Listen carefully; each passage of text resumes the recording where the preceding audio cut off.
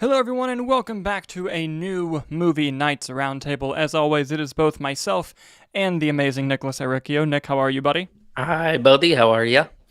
Good, good. I'm really excited for today's episode because we actually have some news stories.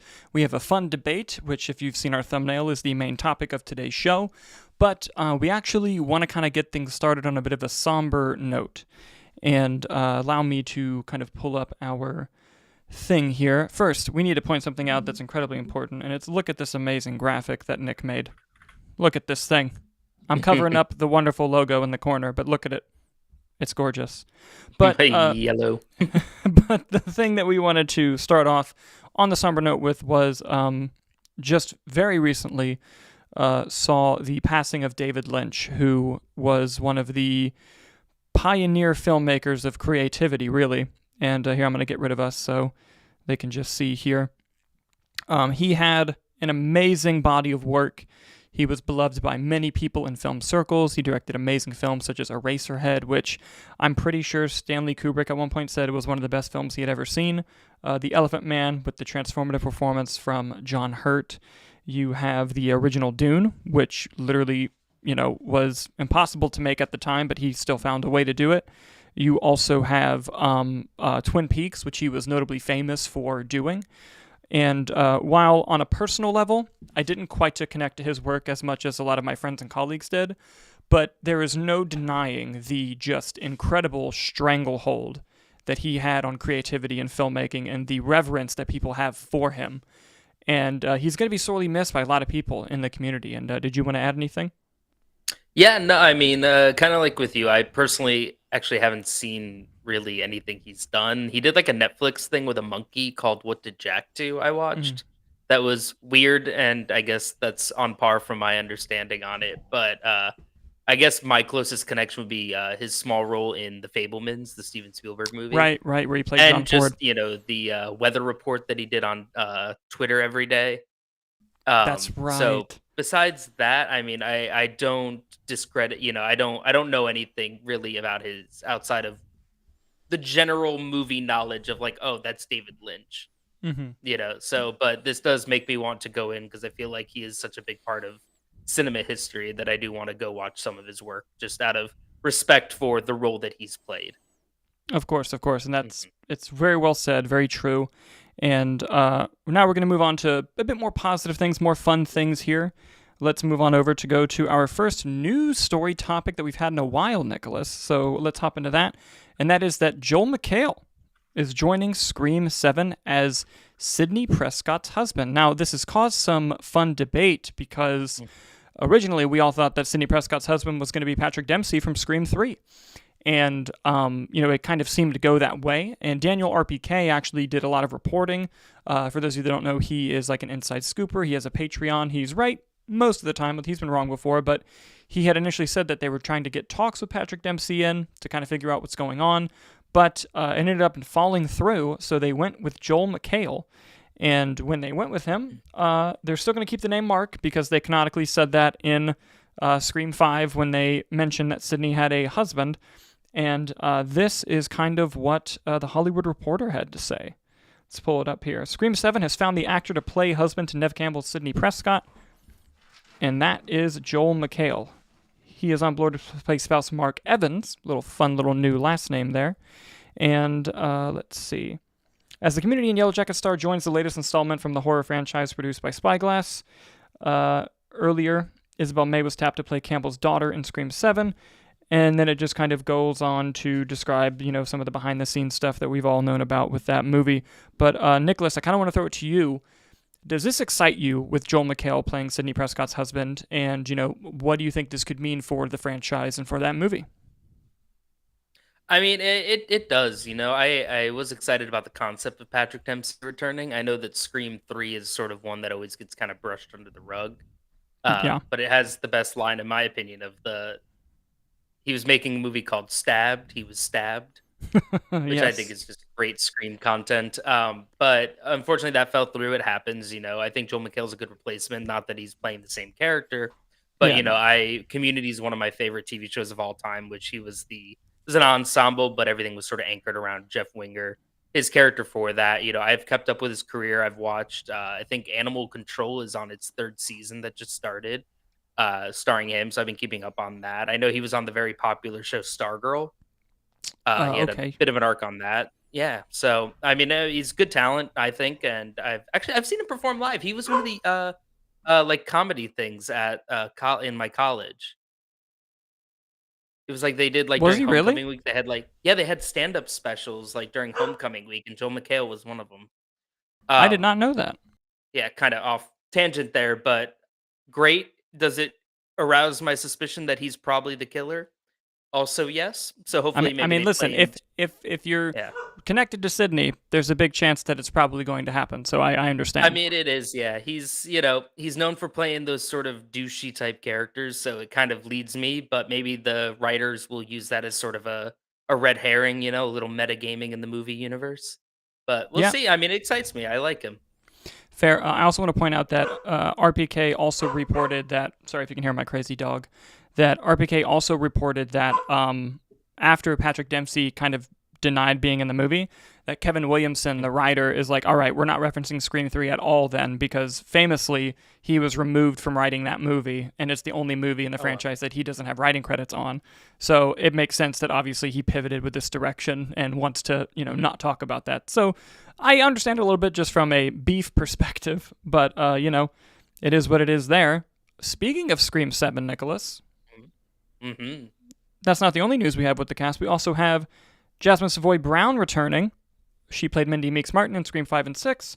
And her brother Chad is also returning, played by Mason Gooding. And here is what Variety had to say. Jasmin Savoy Brown returning for Scream 7. Headed back to Woodsboro, Brown joins Mason Gooding, who plays her brother Chad in the 7th installment of the beloved franchise. Mindy is the first queer character in the franchise. Is that true?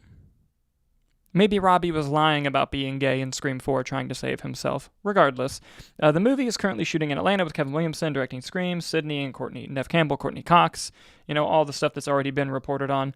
But listen, this is kind of a big deal, because when we heard that Mason Gooding was coming back, that was one of the only returning members from the rebooted Scream 5 and 6 that were coming back.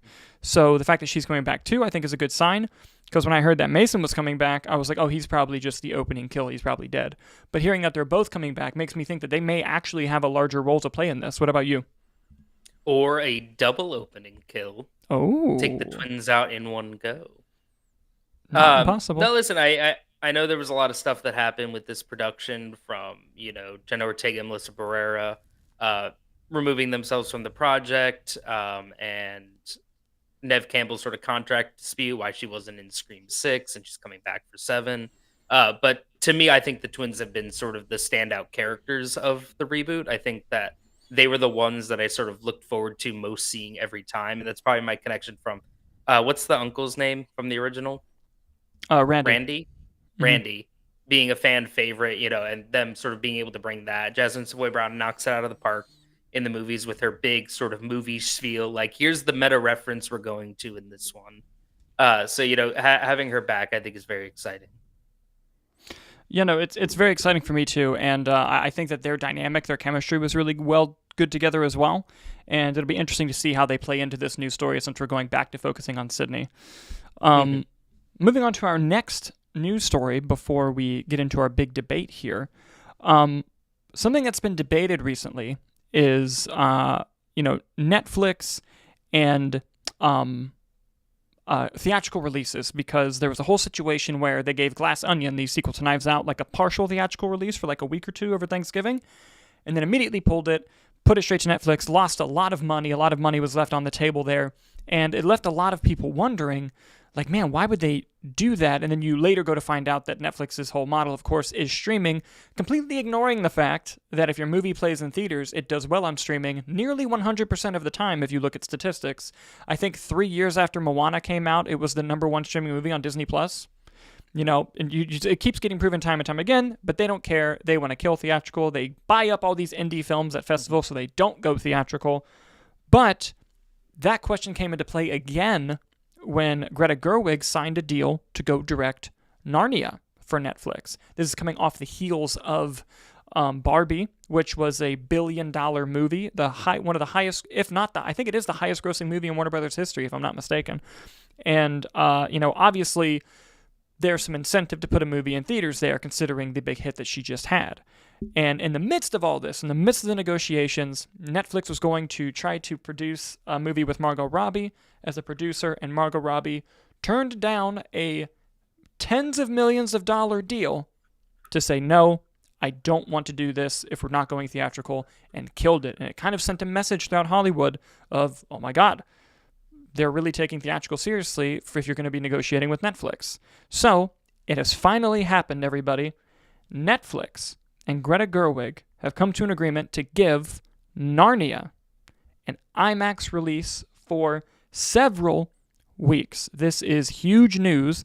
As you can see here, it's going to release Thanksgiving 2026 in theaters, release on Netflix Christmas 2026, and this is an absolutely big deal. We're going to pull up the Deadline article now. And what has been the worst kept secret since Woody Allen played Michael's Pub in NYC? Okay. Greta Gerwig's streaming adaptation of C.S. Lewis' Narnia is getting an exclusive 2-week IMAX global run in 90 countries in 1,000 theaters ahead of the picture's drop on Netflix. It will release in IMAX on Christmas Day in 2026 and debut on Netflix on Christmas Day 2026. Currently, the other movies booked around the Thanksgiving area for that year are The Hunger Games, Sunrise on the Reaping, and an untitled Warner Brothers event title. Does Warner Brothers have event titles anymore? And an untitled Disney animated movie. So this is also coming off the heels, which the article goes on to talk about, of this year's Thanksgiving box office being record-breaking, of Wicked, Gladiator 2, and all those films that came out and all the money that it made. So clearly there's some money to be made in that market there. Narnia is a huge family film that is going to be extremely marketable in a way. And yeah, Greta Gerwig's going to have her fun, interesting take on it, but this is a big franchise play. It's going to be a big franchise movie. And now, who knows what's going to happen? I hope this will never happen. I hope that it does so well theatrically they let it stay longer, but if we know Netflix and we know how they play, they're going to immediately pull it and leave a bunch of money on the table. Nicholas, what are your thoughts on this? Yeah, I mean, one, I think Greta Gerwig's a fantastic director. I loved Barbie. I really enjoyed Lady Bird. I haven't seen Little Women, and I think she's just as strong a writer as well as she is a director, especially when paired with her partner Noah Baumbach.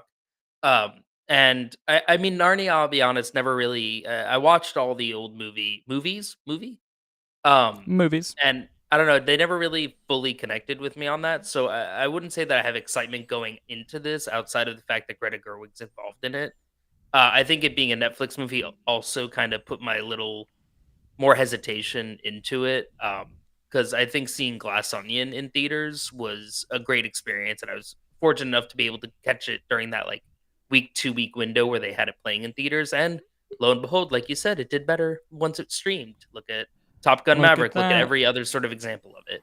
And I think after the success of Barbie, I think that really was something that Greta Gerwig had really top of mind. Is like, well, look, this was competing against another movie. They were able to raise each other up, and both made mucho dineros at the box office. So I think it's a smart decision ultimately, and I think the more interesting part is the precedent that it's setting, right? Because now I feel like part of you saw these talents going to these streaming services. I mean, David Fincher just did The Killer for them last year.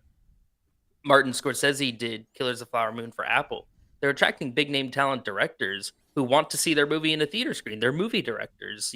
I know streaming's still sort of new and everything, but I think that this sort of partnership to help theaters, help build everything up, help the directors, I think it's going to be positive in the long run. And I hope that more directors start to sort of fight for that. No, you bring up a lot of good points, and I don't think we should take for granted the fact that Margot Robbie turned down working with Netflix because of the lack of theatrical option. I think that's what really kind of hit them in the ass about this. And yes, it's a cool precedent, but it's also a risk. If Narnia flops hard and Netflix loses money, which I don't think is going to happen, but if that did happen, then Netflix looks bad, and they're going to take that out on Greta Gerwig. But I don't think that's going to happen. I think it's going to be very successful in the limited time that it plays. And I think that they have to really harp. It's a good thing that it's an IMAX release, because putting IMAX in your marketing has been working. We've seen that work with a ton of movies that wouldn't otherwise. I mean, not that they wouldn't perform well, but they're overperforming because of the premium formats. The premium formats have done a great job marketing why you should go see them. And, I also agree this is a good idea. I wish Netflix would do it more, but as long as they still have their same leadership where, their whole goal is to try to kill the theatrical model, it won't happen. But this does set a good precedent. I hope more filmmakers take the Margot Robbie approach and just say, I will straight up turn down tens of millions of dollars if it means I'm not going to go theatrical. And if you're thinking, like, why would anyone do that? Why would anyone turn down that amount of money? It's because you're eliminating the possibility of your movie catching in the pop cultural zeitgeist. Look at a movie like Madam Web, for example. Not a very good movie, in my opinion. Pretty awful, actually. It was one of the highest movies on Netflix. I believe it was number 1 at one point on Netflix when it hit. Why? Because it came out in theaters and hit the pop cultural zeitgeist, not for good reasons, but it hit the pop cultural zeitgeist in a way that everyone wanted to check it out and see how bad it actually was. See this kind of thing and be like, I have to see this. If Madam Web went directly to streaming, it disappears. It doesn't build up that pop cultural zeitgeist. It goes away. And, there's a value to putting your movies in theaters, and that's the value that it brings. So hopefully they can do that more. Netflix notoriously also doesn't market their movies, except if you look online, there's that Interstellar billboard. Why they're marketing that, I don't know. But me neither. There's a chance, like, honestly, like, if I wasn't as sort of in tune with pop culture as we are for the show and everything, I would open up Netflix, see Legends of Narnia, or Chronicles of Narnia, sorry, and just think it's the old one that Netflix just got the rights to or something. And it's like, now it's streaming. It really needs a big marketing push to show, like, oh, new movie from Barbie director, watch, please. Because I feel like Chronicles of Narnia too, the movies people hold a fond place for, but ultimately, like, it wasn't something that broke through as strongly as, like, Hunger Games. So, I think they're really going to need a big marketing push on that, and theatrical releasing it is going to sort of force their hand in that. I mean, there's a reason that every movie that comes out now gets an exclusive IMAX poster, gets an exclusive Dolby poster. It's because people want to go to the movies and they want to see it in a premium format, because if they're spending all that money, they want the best experience possible. Listen, I agree with you entirely, and I think that it's just going to be one of those things where I wish the right lesson's going to be learned, but I highly doubt it. But regardless, we have a win here in that it is coming out in theaters. We can't wait. But here's the thing, Nicholas. There is a reason that everyone clicked on this video. There's a thumbnail, a debate that is going to be going on between you and I about Robert Pattinson's Batman, on if he should be the Batman of James Gunn's DCU. Now, do you want to do our sides right now, or should I kind of show some stats first? Your call, Chief. Show some stats. Why not? Let's show a little bit of stats here. And by stats, I mean just kind of scores. So, the Batman, critically well received by the audience as well, nominated for 3 Oscars. The Penguin, here I'll get rid of us so you guys can kind of see the stats here. Mm-hmm. The Penguin had a Golden Globe win. Bunch of nominations. It's probably going to get a bunch of Emmy nominations as well. Also a huge success for Max and for HBO. Nothing to sneeze at. Batman, the movie, made almost $800 million worldwide. It was in the 700 range, if I'm not mistaken. Good for them. Good for them as always. So, I am on the side, personally, that I think Robert Pattinson should join the DCU as their Batman. Now, I also want to clarify. If their current plan stays course, and he's not their Batman, I won't be upset. I like that he's separate. As long as they make good movies, I don't care. But if the question is, should he be? I think yes, he should. Nicholas, your side. My side is that he should not be. Go on. Oh, sorry. I didn't know if we were going fully into it yet. No, listen, I think Matt Reeves has been very vocal from the beginning that he has planned out this sort of epic crime saga, as he's calling it, which is, the Batman, Penguin, Batman 2, and I believe Batman 3, and maybe any other spin-offs that come from that. I think that it's best to just let that run its course and not try to bog it down with connections to the greater universe, because as we've seen in the past with the previous DCEU, when you try to connect to a universe without a plan or an already established universe, it causes sort of a mess. And I think that there's a lot of opportunity storytelling for Batman in the DCU to take him to places he hasn't been or against sort of things that he hasn't before. I think that Matt Reeves has created a very grounded universe. And I think that it would be interesting to see, as we've already seen with Creature Commandos in DCU, a more fantastical Batman. Let's get him up against Clayface. Let's get him against some of his more crazy, like man bat type villains, any of these sort of weird mythical mystic Batman creatures. I think that I couldn't see Robert Pattinson necessarily meshing with that. Listen, fair argument. It's a fair argument, but there's a couple things I want to bring up. One, you mentioned Batman showing up in Creature Commandos, and that is true. Yes. He did show up, as you can see here.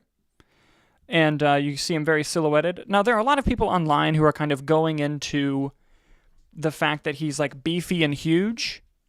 I don't think that's something that can be really taken seriously at the moment. I kind of just think it's meant to be a silhouette. I don't think this is meant to be like, the Batman we cast is going to be this large. And like, if he is, great. But I just think that it was supposed to be kind of a silhouette, in my opinion. Now, going back to my point on he should be in the DCU, let's talk about their plans for a moment before I kind of dive into it. Mm-hmm. He, being James Gunn, from the get-go, when they did that opening video describing all the projects, said that this was going to be a separate thing, that he wants to make Elseworlds films, and I'm a supporter of making Elseworlds films. I think that's very cool. And then Matt Reeves would say, this is like 2 to 3 years ago, Matt Reeves would then say, yes, it's an entirely separate thing, I love James, I love what he's doing, all separate. Okay, that's fine and wonderful. Here's the thing, though. They're making a Clayface movie that shoots very soon. And that Clayface movie is set in the DCU, according to James Gunn. And it's being executive produced by Matt Reeves. Interesting. Maybe it was just a deal he made with Warner Brothers, where if they made Batman-type movies, he has to be listed as a producer. That's possible. Sure, that's possible. But their tone changed in their interviews. Specifically, Matt Reeves. Let me show you a brief interview he did with Josh Horowitz at the Golden Globes. Let's take a look at how Matt Reeves described it this time.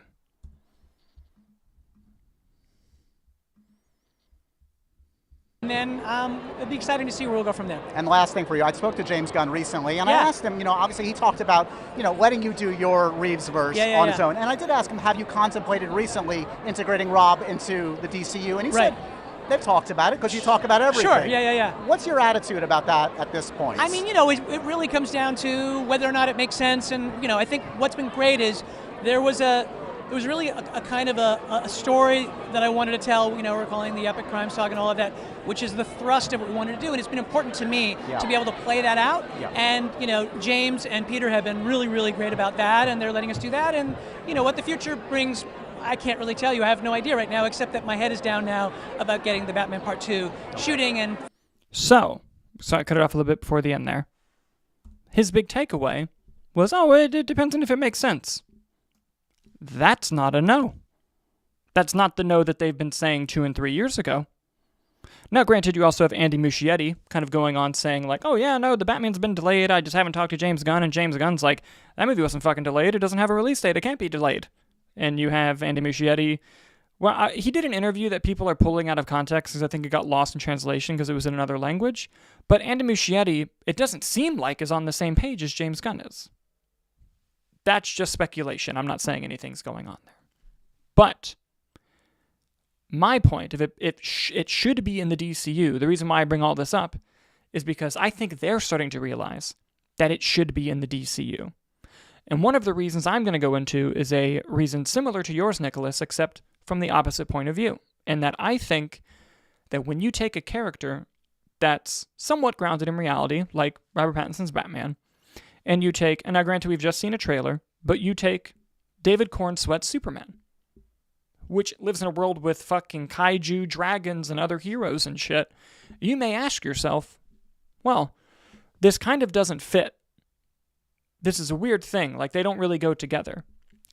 I think you could make the same argument about another franchise, another argument that, in fact, Kevin Feige himself, in an interview recently when he was promoting Deadpool and Wolverine, said a lot of people, when I told them that after Iron Man, that one of the next movies we'd be making was Thor, the Norse god of thunder, they would ask me, that's not really going to work. You made a film that was kind of an allegory for the war in the Middle East and was very grounded in reality, but you're making this movie about the Norse god of thunder, and you're going to put them in the same movie. They're completely different. That doesn't seem like it would work. And Kevin Feige's answer was, that's why it will work. It's because they shouldn't be together. And you can create infinite, interesting story possibilities from that fact. And I think that's also the case here. I think, a running joke for people who watch Batman media and read Batman comics is, why the fuck does anybody live in Gotham? Like, it's so awful there. Well, I'll tell you why they live in Gotham. Because Metropolis has fucking dragons. That's why they live in Gotham. Of course they're not going to leave. That's a bit of a joke. But I think having the drastic shifts and the drastic differences can create interesting infinite story possibilities. I'm going specific with Batman and Superman here, but we also haven't seen other projects. Like Lanterns is supposed to be a grounded, like, true detective thing on Earth. I could see that shit crossing over with Robert Pattinson's Batman. You have worlds like the Penguin that are building up Gotham. You're saying you don't want to see the Penguin in like a weird situation with a bunch of crazy shit going on? I would pay to see that, personally. So that's one of my reasons, is I think the drastic differences is actually what makes it an interesting creative opportunity to bring them together and see what happens. Another thing I want to go into, and then I'll throw to another reason for you, Nicholas. Yeah. Another thing I want to go into is from a production standpoint. You now do not have to delay your Batman coming into your universe. Batman is a fucking staple character of the DC world. He's part of the Trinity, part of the big three. Right now, you have the Matt Reeves world, which is currently separate, going on. You can kind of see that they're kind of feel pressured to wait before they introduce their Batman. Because, like, sure, while main audiences would probably be fine with two Batmen running around, you don't want to dilute it too much. You want to be careful with that, especially after The Flash flopped hard. I'm not saying it flopped because of the Batman thing, but it's just it did. Now, with this opportunity, we have a long wait between the Batman 2. We need Batman in the DC universe right now, especially if Superman underperforms. Not saying it will, but if Superman underperforms, how do we get people excited about this universe again? Batman Amanda Waller. Yes. Have Robert Pattinson pop up in one of the movies as a post-credit scene, as something. Because now we got something with him in the gap waiting for his movie. You got people excited that these worlds are together. You have this whole thing, and you don't have to rebuild something from the ground up when you know from the critic scores and the box office we've seen something that's already good. And it's just a couple lines of dialogue to make it work. And I think you could. And something else I want to point out, I'm making comparison to the MCU just because it's the closest thing that we have. We all just saw that Daredevil Born Again trailer. This is in the same universe as I Am Groot. This is in the same universe as Agatha All Along. Incredibly tonally different things, all in the same world, which you can do. And James Gunn has made it abundantly clear that there's not going to be many crossover events. There'll be some, but it's not like building to a larger story. It's just showing projects existing in the world. And the world's very different where you go. And I think it could work great. I took the floor for a little bit long there, Nicholas. I want to give you some equal time to do your argument. So, tell me why he still should not be in the DCU. Well, I'll use kind of a point that you brought up, right? Of like, you don't want two Batmen running around. I don't think that that's something that confuses a general audience at this point, because everyone sort of embraced Joker and the Joker movies while the DCEU was running concurrently with, technically Jared Leto as their Joker. And I feel like there's already so many kind of little scenarios because James Gunn is really hell bent on making his projects canon, and then just sort of if we talk about it, then it's canon. If we don't, but that stuff does overlap with histories that already to a pre-existing Batman. Because you have Harley Quinn on that team, who we then saw with Ben Affleck's Batman. So he's gonna be like, yeah, Margot Robbie's Harley Quinn, but she never interacted with Batman. Forget those elements of the movies, because actually, Robert Pattinson's the Batman. I think it just creates way too much muddying, and I don't think that's a good start for a universe. I think it worked with Creature Commandos because one, it's an animated project, and two, their ties are directly to those movies. I think then introducing another Batman is just going to be way too much. And like I said from the beginning, I think Matt Reeves has this universe planned out. And I think then introducing that, maybe they want to go a different direction with Catwoman. Maybe they want to cast a different Gordon. Maybe they want to cast a different Alfred. I think that then they're tying themselves into a corner just to try to make it work, versus I think that a general audience can differentiate between, okay, yeah, this universe exists here, this exists elsewhere. And James Gunn has said many times that he is adamant that he wants to be able to tell Elseworld stories. And I think that if you leave the Matt Reeves universe as its own thing, I think that's a shining example of how well they can work fundamentally and performatively, and audiences aren't necessarily confused in that. If he wants to be dedicated to Elseworld stories, then he already has one beautifully set up. Can I now butt in to argue? Yeah. So, you kind of saying like, oh, Margot Robbie dealing with one Batman, not another, we have to explain that. That's already going to happen with Amanda Waller. Amanda Waller had scenes with Ben Affleck. She's going to have scenes with whoever the new Batman is. That's already going to happen. 1. 2, I think that while people embraced Joker 1, they sure as shit did not embrace Joker 2. One of the biggest flops of last year. It was bad. Yes, exactly. Exactly. But you could also argue that had there been a point that it was never, had there been a point where they decided that Joker was DCU, that James Gunn looks at that script and goes, we ain't fucking doing that,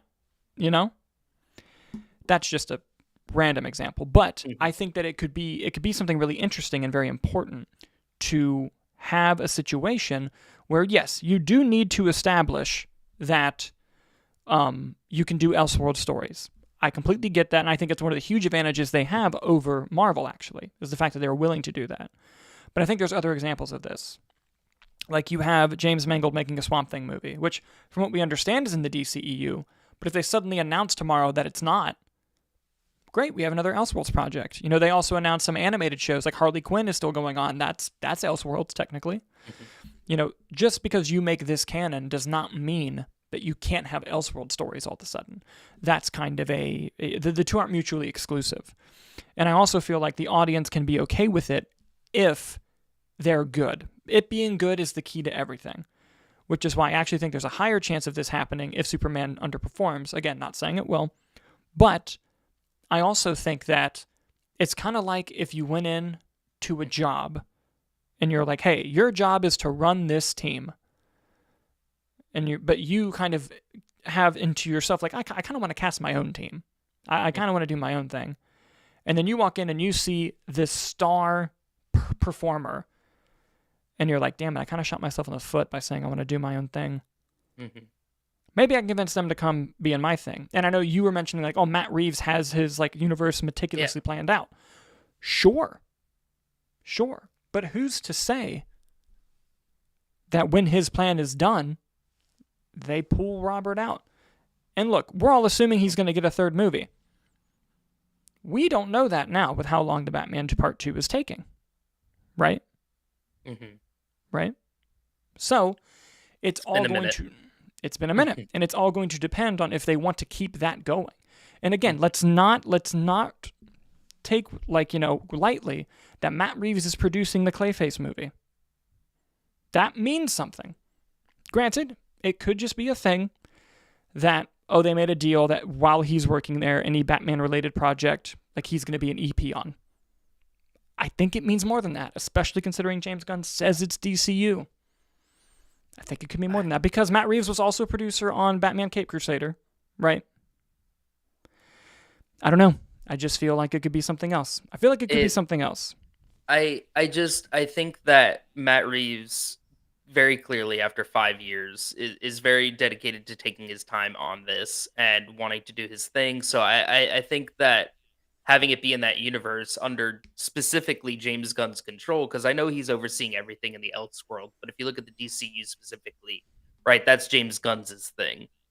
So then it's Matt Reeves having his own sandbox versus now he's being invited to play in James Gunn's sandbox, where James Gunn, I know he's the head of the studio, so he does have final say, but I think he's going to have a lot more creative input at that level, which I think might be unappealing to a filmmaker who already has established a universe with a very successful movie and TV show. Right, but what could entice that filmmaker than by saying, hey, you can have more control over this corner of the universe. In fact, we're making a Clayface movie and we'd like you to produce it with us. Is that not enticing to a filmmaker? It's a lot of playing ball, but I just think ultimately, I think it exists. And I just think, I don't know, I like to see it separate. and listen, that's completely fair. And let me clarify. I think both of us are in the same field of, if tomorrow they announced Batman is in the DCU, you'd be like, oh, that's not what I preferred, but you wouldn't be like, fuck the DCU. You'd still want to go see it. I mean, I'm not going to not watch it. I think that Robert Pattinson's a great Batman. Exactly. And for me, if they stay course and say, nope, it is separate, I'm not going to lose sleep over it because I'm still probably going to get a great film. Again, the question posing, should they? I think they should. I think they should. I think they shouldn't. I'm very happy with the Matt Reeves verse, and let's just let him do his thing and let it play out. I saw someone was commenting in the chat a bit, Fernando Zayas. I just want to address sort of some of the points he was talking about. So he says, I think it's a mistake for two Batmen. Casual fans are not going to understand Elseworld, and like it or not, we need the casual fans for these movies to be successful. I agree. The general audiences do make the movies successful, right? That's where the numbers come in that bring it up there. But I mean, if you look at it, we had Robert Pattinson, Ben Affleck, Michael Keaton all concurrently running. Now, Flash wasn't a good movie, don't get me wrong, but I think people sort of did understand, oh, Ben Affleck's here and Robert Pattinson's over here. And then Flash being a multiverse story did have the benefit of Michael Keaton. And I also want to add that I think Fernando brings up a good point, and I think that's definitely part of it. It's definitely part of it that you don't want to confuse the casual audience. But I'm going to jump back to the MCU again. We had a movie with 3 Spider-Men in it, and it's like it made almost $2 billion. And it's not in a directly apples to apples comparison, right? But I think you can make it so that there's 2 Batmen going on. It's not preferred, which is kind of one of my arguments, too, for why I think they should be in the same universe. Fernando also said something, which is a little bit off topic, but I want to address it, which he says, Superman is going to be the highest-grossing DC movie ever. Fernando, I would love for that to be true. I don't think it is true. I think it's going to be a very successful movie. But I also think the casual fans that you brought up, the casual fans that you mentioned, they remember being done dirty by the DCEU. And they remember, like, the 2022, or was it 23? 23 DCEU, the last year of it, abysmal returns for people just no longer being interested in a universe that's dying. And I feel like that may have a factor. Now, if Superman's great, which we all think it will be, if Superman is great, it's going to probably have word of mouth and kind of do well at the box office from week to week. But you still got to remember that there's a ton of people who were just done with DC and aren't going to go back until this movie's already out and they hear it's good and they give it another chance. I'm not saying it's a sacrificial lamb because I don't think it's going to do poorly. I think it's going to do well. But the highest grossing DC movie ever, it's a stretch. Again, if that happened, Fernando, I would lose my shit. I would love for that to be true. And I would not shut up about all my friends who say that Superman's a boring character. I'd be like, oh yeah? I would be an insufferable piece of shit about it. But, that's a tough battle. That is a tough battle for them for sure. Well, I think it does too, because you have this brand that really took a hit on it, but you're also going up against, right? Like Joker, Aquaman, both made over $1 billion. I think Wonder Woman and Suicide Squad both were, in the 800s? I think that Superman has a lot of work to do to catch up that. And I think just DC as a brand, a movie studio needs to really get that favor back with the audience. Yeah. I think that if Superman can get to 6, that's a huge win. They probably have what, a $200 million budget, It's probably a little bit more. Honestly, right? I would say 7 is a huge win. Mhm. I would say it has to at least make 5 for them to be like, was the whole universe worth it? Because Yeah. even if you lose a little bit of money, $500 million is still $500 million. Mhm. Now, 6 is okay, because I think Man of Steel ended up around in the 6s. If you get to 7, that's a really good start, and that's a really good win. You get past 7, you get to 8, you get to $1 billion. Smooth fucking sailing, dude. Smooth sailing for the universe, as long as they don't fuck it up. Man of Steel But, yeah. made $667 million. Yeah. I And think listen, if it finishes they're around there, they should be fine. And they're off to a good start too. I mean, Creature Commandos, I thought was a very, very good show. Really good. And it was pretty well received critically as well. So I mean, if we're gonna count that as the start, you technically do have Peacemaker and James Gunn's The Suicide Squad, both which I really enjoyed. So I mean, I think it's in good hands. Nicholas, this helps my point. This helps my point. Hold on, I'm cutting to my single. Take back what I said then.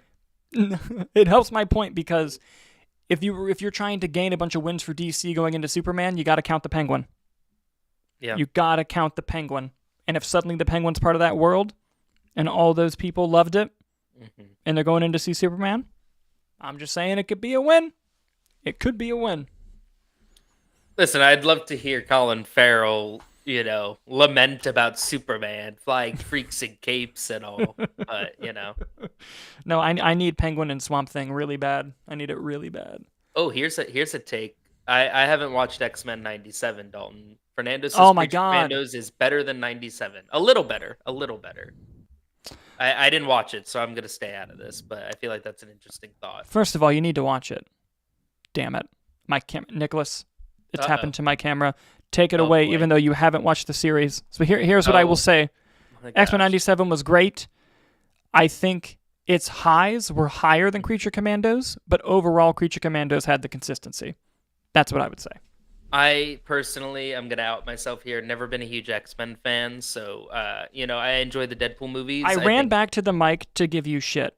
God damn it. The X-Men are fantastic. I'm trying to fix my goddamn camera, and you're sitting here talking about the goddamn X-Men. I have to back I have to back away now and fix the goddamn camera. Making fun of the goddamn X-Men. Fucking kidding me. I think that the highs for the X-Men are high, right? I think Days of Future Past and Logan are both two of the best comic book movies ever made.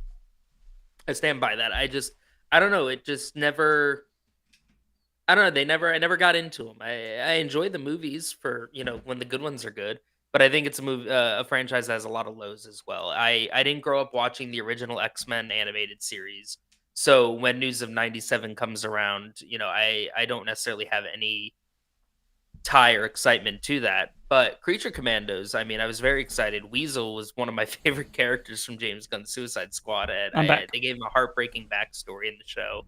And I think the show worked really well. Now, is it, Guardians of the Galaxy 6? Yes. But James Gunn has a formula that works, and I'm still entertained by it. Listen, I'm going back to the fucking X-Men thing. I can't believe this. I was steaming the whole time fixing my goddamn camera, Nicholas. No, but I understand. All right, we're really off topic here, but I have to bring it up. That trend's going around on TikTok since it's getting banned about, while we're all here, I have one thing to admit, and it's that audio from Family Guy. Here's mine. Mm-hmm. I like New Mutants. Is it fantastic? No. Is it great? No. Is it the garbage that people were saying it is? No. Especially for a movie that was apparently completely almost retooled, and they were going to even retool it more before Disney bought Fox. It's fine. It's perfectly fine. It's a B minus movie, and Anya Taylor-Joy crushed it as magic. I was entertained. Is there some bad stuff in it? Oh yeah, there's some really awful stuff in it, but overall, it was fine. It was better than Dark Phoenix. It was better than Origins. It was better than X-Men 3. It was fine. That's my X-Men hot take for the day. I will simply just say New Mutants is not the worst X-Men movie, and I will leave it at that. All right, the camera died again. We're going to distract you one more time, and then we'll wrap this shit up. Oh boy, people. All right, Nick. I mean, please, for those that stuck around and listen, or if you're watching this in the recording, let us know your thoughts on Robert Pattinson as we're talking about that. I mean, and honestly, anything we talked about here, yell at me for being an X-Men hater. That's fine. It's Fernanda saying now. Do you think we can get a Crisis on Infinite Earths live action film with the Snyderverse and Gunverse in the near future? No. I mean, listen, any way that I can get more Ben Affleck Batman, I'm gonna be on board for. But I really think that with James Gunn taking over, I really think that is putting sort of the final nail in the coffin on the Snyderverse.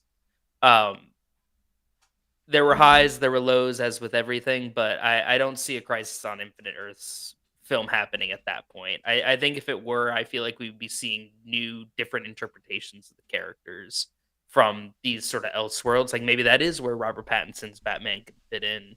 Um, but I Back think again, I'd that, like to address the Snyderverse question. I interrupted you. I'm sorry. go ahead. No, you're good. You're good. Do I think it will happen in the near future? Fuck no. Would I like it to happen? Fuck yes. I think that'd be very cool. I would pay many tickets. I just don't think that that's the least of the concern of James Gunn. Like, it's hard enough to try to get him to release the damn Ayer cut, let alone. I feel like Crisis on that Infinite and Earths. the Schumacher cut of Batman Forever are a lot more likely. Yeah. So I hate to cut things off. I don't know when this last battery is going to die, so let's go ahead and wrap things up. But before we go, sounds good. I wanted to say a couple things. One, if you're watching us on here and you're people who watched us on TikTok, if you watched us on TikTok, it's been a hell of a ride if it stays banned, but you can find us on YouTube and Instagram. You can find our links on our profiles. And if you're here watching us, thank you so much. We love you guys. We're going to be going live again on Monday night, and we're going to be doing our predictions for the Oscar nominations. The best fucking time of the year is here, Nicholas. It's better than Christmas. Let's go. I'm so excited. I'm completely ill-prepared. I won't be prepared until about 5 minutes before, but it will be a ride nonetheless. Do you have anything you want to send them home with? As always, links to all our social medias can be found in the description below, as well as a link. Obviously, LA is still experiencing some devastating issues with the fire, so there's a link for donations there on that. Yes. There's also links for the audio version of the show, which we'll post a little later. And as always, thanks for tuning in. Thanks for engaging in the chat, everyone that did. And I look forward to our Oscar picks. As do I. And guys, as always, thank you so much for watching, and we'll see you on the next one.